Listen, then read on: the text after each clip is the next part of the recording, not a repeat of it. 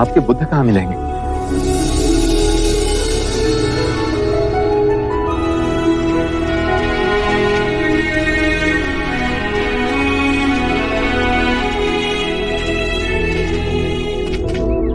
युवराज, शाक्यमुनि बुद्ध, शाक्यमुनि।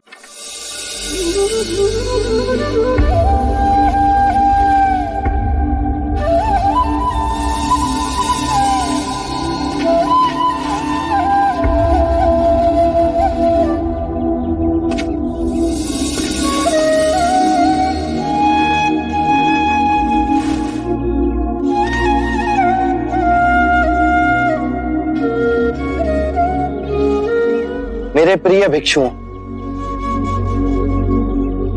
ये मेरे परम मित्र चन्ना है और ये पिता तुल्य अमात्य कपिलवस्तु के मंत्री।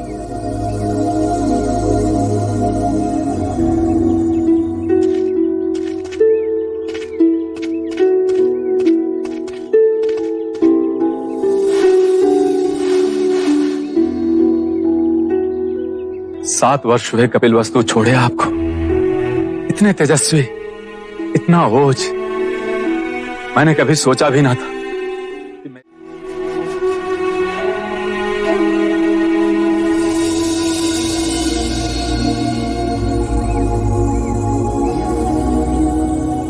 माता प्रजापति और पूजनीय पिताश्री कैसे हैं? आपके जाने के पश्चात कभी भी हमने उन दोनों के चेहरे पे खुशी नहीं देखी। अब तो महाराज के स्वास्थ्य भी गिरने लगा है। शाक्यगण की सभा में वो अरुचि से जाते हैं।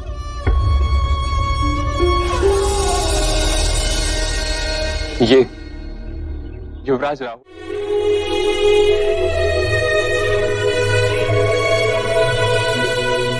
राहुल अब इतने बड़े हो गए हैं कि अपनी माँ से हट करके ये आपको देने के लिए कहा। आप ही की तरह प्रतिभाशाली, हर विद्या में निपुण, हर घड़ी आपको याद करना।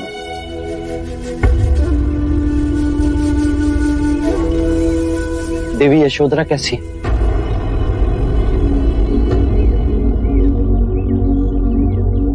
देवी यशोधरा के विषय में हम आपसे कुछ न कहेंगे। आप स्वयं कपिलवस्तु आइए और उनका हाल देखिए। मेरे सारे प्रश्नों के उत्तर मिलते ही लौट आऊंगा तुम्हारे पास, राहुल के पास।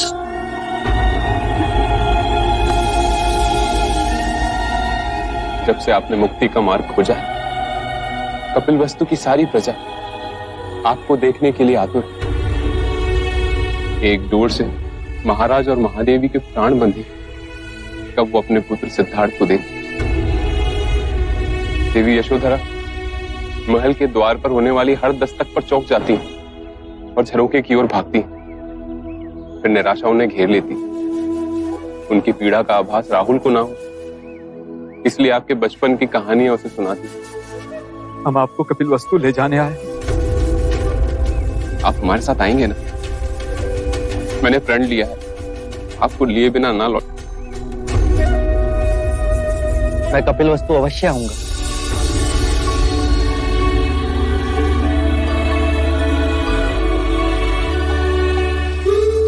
मैंने तुम्हें वचन दिया था यशोधरा, मैं तुमसे मिलने आ रहा हूं।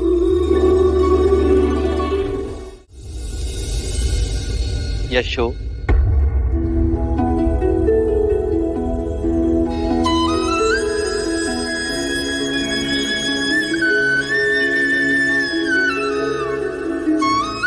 देखो मैं लौट आया, अपना वचन नहीं तोड़ा। रात्रि में गया, रात्रि में ही लौटा। ये रात्रि बहुत लंबी थी।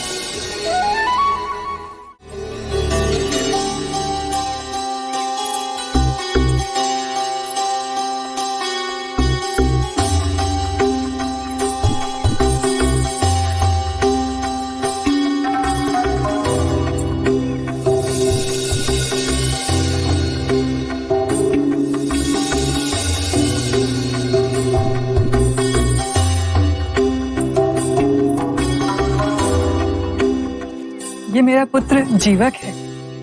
जब से तक्षशिला से वापस आया है, आपके दर्शन को व्याकुल है। आपके दर्शन को तो मैं भी आतुर थी। क्या अभ्यास करते हो? इस समय पिताश्री से पंचशील की शिक्षा ले रहा हूँ। क्या मैं बड़ा होकर आपका अनुयायी बन सकता हूँ? अवश्य, क्यों नहीं? पिछले कुछ दिनों से मुझे एक चिंता खाई जा रही है कि इस ऊपरी जीवन, इस सौंदर्य और उससे मिली प्रतिभा, क्या इसका कोई मूल्य है? अगर एक दिन ये नहीं रहा तो फिर क्या होगा? धूप भी ढलती है आम्रपाली। इस जीवन में स्थिर कुछ भी नहीं, और यही अस्थिरता हमारे मन में गहरे दुखों को जन्म देती है। वस्तु या धन का मोह ना हो, परंतु अपने सौंदर्य का मोह हमारे मन की गहराइयों में जड़ पकड़कर बैठा है। जो अहंकार को जन्म देता है, उसे पालता है, परंतु ये क्षणिक है। जब तुम ध्यान में जाओगी तो पाओगी जो नश्वर है, तुम उसे पकड़कर बैठी हो, और तुम्हारे दुख धीरे धीरे विलीन होते जाएंगे। ऐसे सुख की अनुभूति होगी जिसे ना कोई काल छीन सकता है, ना ही आयु मिटा सकती है। मैं आपके बताए हुए मार्ग पे चलूंगी। आप मेरे अम्रवन के महल में पधारिए, मैं धन्य हो जाऊंगी। मैं अवश्य आऊंगा।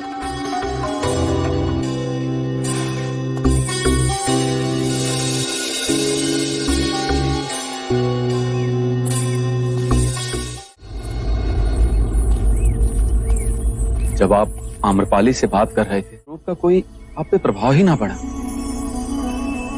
आप में अजर चेतना है, पर इसी भिक्षु के समक्ष ऐसी सुंदर स्त्री आ जाए तो किस प्रकार वो आप साथ संभाव उत्पन्न करे? रूप और कुरूप, ये दोनों ही विभाजन हमारे मन ने ही बनाए हैं। ये उन्हीं 5 तत्वों से मिलकर बना है जिससे सारी सृष्टि बनी।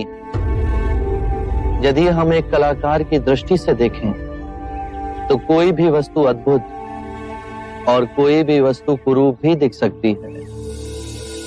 ये बादल, ये हवा, ये सूर्य की किरणें, पतझड़ में सुनहरे वृक्ष और ये बांस का मनोरम वन, सब सुंदर है। संभवतः ऐसी कोई सुंदरता नहीं जो एक मनुष्य की एकाग्रता को क्षीण कर सके, जितनी नारी की सुंदरता।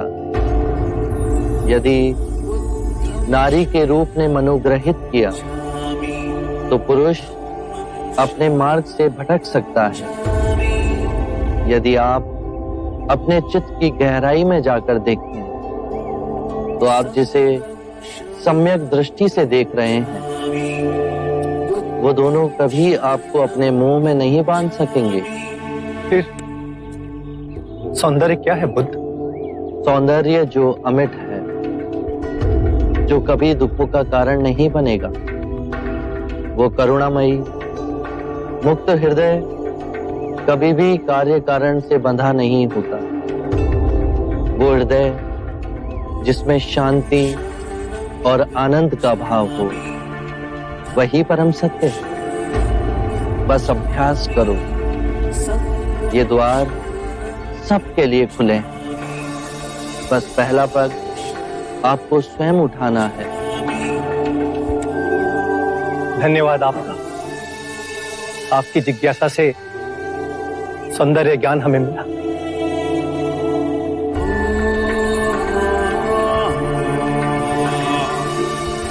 मैं भी क्या सोच कर आया था, और देखो क्या हो रहा है। मैं बुद्ध को कपिल वस्तु ले जाने आया था, पर अब मैं स्वयं यहीं रहना चाहता हूं, आपके संग में। आपका भिक्षु बनकर आप मुझे भिक्षु बनाएंगे ना? अवश्य। कपिलवस्तु जाने के बाद